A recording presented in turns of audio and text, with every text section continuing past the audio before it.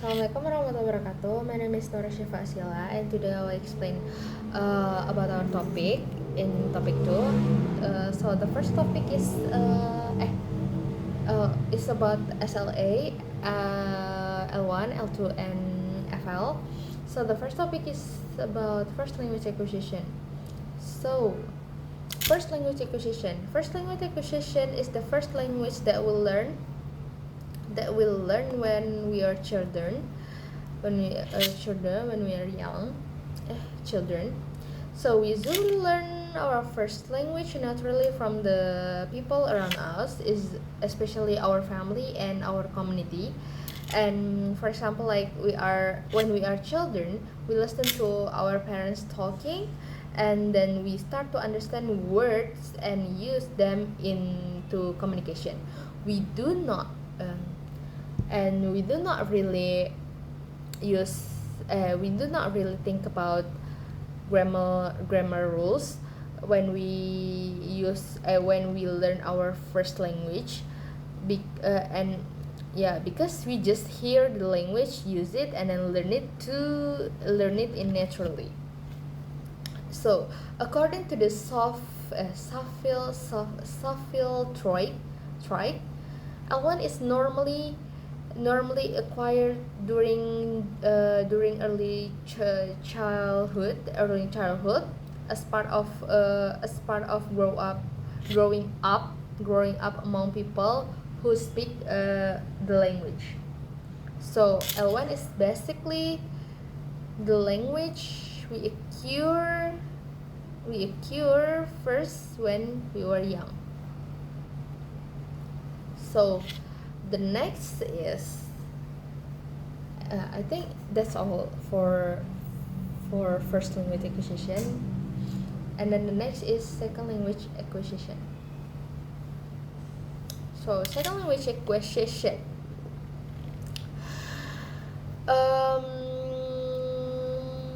second language acquisition is that we learn after our first language, our first language. But second language doesn't always mean the second language we learn. It can actually be our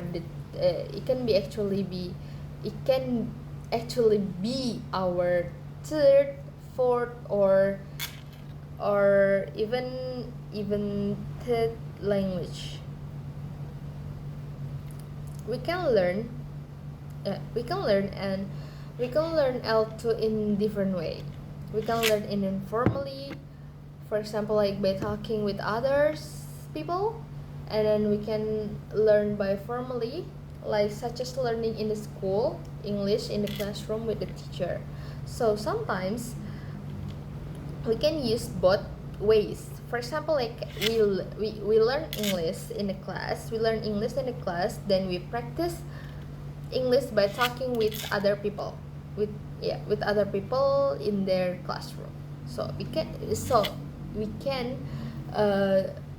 can use both ways, formal and informal. So the next is foreign language acquisition. So foreign language acquisition is a language that is not commonly used in our environment. We may learn it because we need it for school, travel, or communication with people from the other country. Like for example, like English can be foreign language for Indonesian student. Yeah, we study English at school or university, but in our daily life we still use our first language. First language is Indonesian language. This is the different from second language acquisition. So second language is usually used in the society and maybe needed for education, work, and daily purpose. So to easily remember so the easy way to remember it is second language is used for around us, while foreign language is used not is not commonly used around us because it's look look look for the how to say it uses around us that I forget. And then what is SLA? SLA is second language acquisition, so it refers both to process of language and additional language and the study of people who learn that language.